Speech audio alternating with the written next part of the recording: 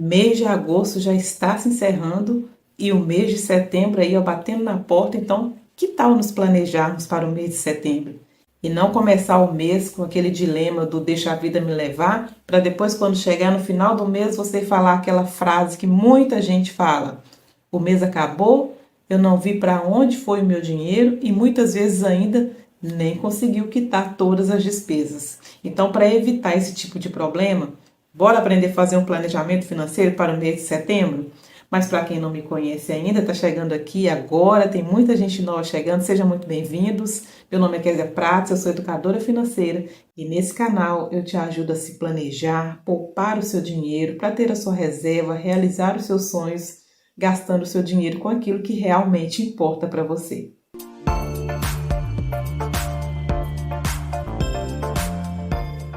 Então, antes de qualquer coisa, para quem está chegando aqui agora e ainda não sabe o que é um planejamento financeiro, eu vou falar resumidamente para vocês o que é um planejamento financeiro e nós temos também outros vídeos aqui no canal sobre planejamento financeiro, tá bom?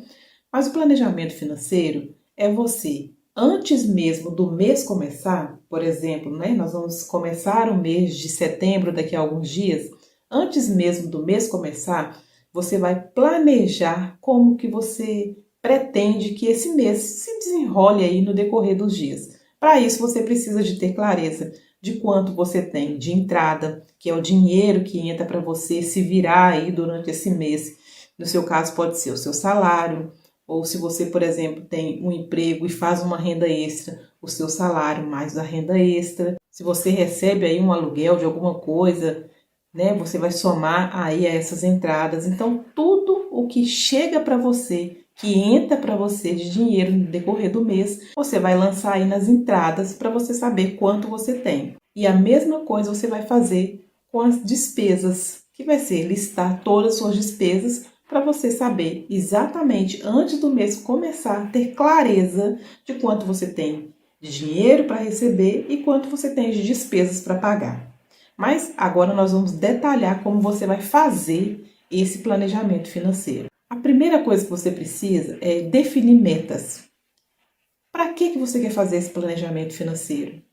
Bom, eu quero fazer esse planejamento porque eu quero me organizar para quitar minhas dívidas. É um motivo que para quem está endividado pode ser.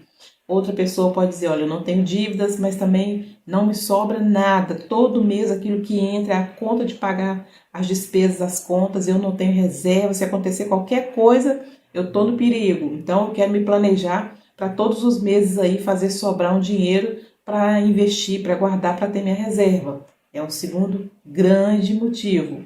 Ah, não, eu quero me planejar porque eu quero fazer uma viagem daqui a tantos meses ou daqui a tantos anos.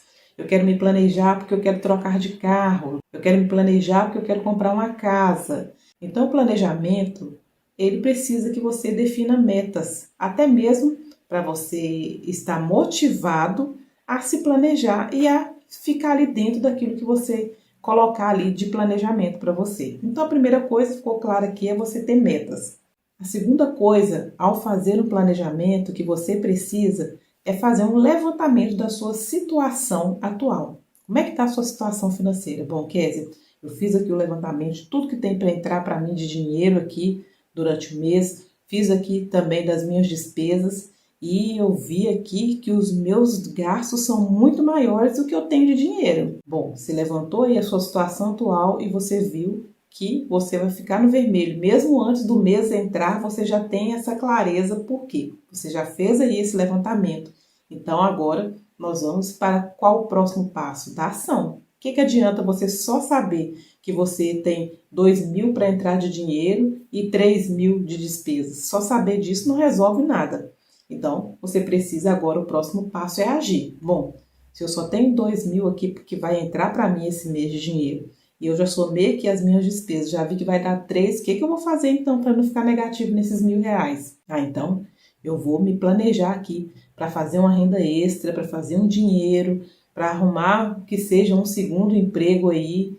Muita gente, na hora que ouve isso aqui, quer me bater, né? Quando eu falo isso, mas eu já trabalho tanto, mas você acha que tem outra alternativa? Porque não é milagre. Então, essas são as sugestões. você fazer uma segunda renda extra, ou por um tempo você trabalhar em um segundo emprego, ou você vender algumas coisas que você tem aí hoje que pode se transformar em dinheiro que está parado aí na sua casa. Essas são as sugestões, as alternativas que você tem, porque não vai cair dinheiro do céu para ninguém, não é mesmo? Então você já vai se antecipar ao problema aí que você já detectou ao fazer aí o seu planejamento, que é que você vai ficar no vermelho, ou melhor, que você ia ficar no vermelho em R$ 1.000, aqui no nosso exemplo que nós demos. Então, você já vai começar aí a listar aí coisas que você vai fazer para resolver esse problema e fazer esses R$ 1.000 aí que está faltando no seu mês, aí para você não ficar no aperto. A terceira coisa que você precisa fazer para o seu planejamento funcionar bem é: você não vai viver para pagar incêndio. Nós demos aqui um exemplo de uma pessoa, né, que começou aí agora a fazer o seu planejamento e viu que vai ficar no vermelho em R$ 1.000. Então, esse primeiro impacto dela aí, com essa realidade que antes ela não fazia, vai ser para pagar esse incêndio aí de que ela ia ficar negativo R$ 1.000. Só que, a partir de agora, você não vai ficar todos os meses apagando incêndio. Você vai se planejar para isso não acontecer nos meses seguintes. E aí, como que você vai fazer isso? Primeiro que você precisa é estabelecendo tetos de gasto para suas despesas. Você, quando checar aí as suas despesas variáveis, que são aquelas que o valor não é fixo, por exemplo, a sua alimentação, aquilo que você gasta aí no dia a dia, os gastos diários que às vezes a gente nem vê, nem sabe exatamente quanto é. Então, quando você for colocar essas despesas no papel, provavelmente você vai ver que você está gastando demais, ou às vezes mais do que poderia. Então, você precisa estabelecer teto de gastos para essas despesas. Digamos que você esteja aí com a sua alimentação altíssimo, o valor que você gasta em alimentação altíssimo. Muitas das pessoas que me assistem sempre comentam isso, que a despesa com alimentação é o maior ralo de dinheiro ali das suas famílias, das suas casas. Então, estabeleça teto de gastos para essa despesa. Você precisa fazer essa despesa caber no seu orçamento. Se você tem 2.000, então você precisa estabelecer um teto de gasto para sua alimentação, para suas demais despesas variáveis que vão ficar dentro desse valor. Então, de repente você esteja gastando muito, por exemplo, por falta de planejamento até para ir ao mercado, por exemplo. Tem pessoas que todos os dias vão ao supermercado e acabam gastando mais do que deviam. Comece a estabelecer limites de valor, limites também de dias para você ir, ao invés de você ir todos os dias. Vá uma vez por semana, por exemplo, ao invés de todo dia, tá? Evite ir no supermercado para comprar coisas que você pode comprar em outros lugares. Eu vou no supermercado para comprar um pão e sair de lá cheio de sacola. Evite ir comprar pão no supermercado. Compra o pão na padaria mais próxima da sua casa e comece a fazer esses pequenos ajustes para que você consiga estabelecer tetos de gastos que fiquem dentro da sua realidade, para que você não tenha que todos os meses ficar aí tendo que se virar para arrumar o dinheiro daquilo que vai passar, daquele valor que você tem ali.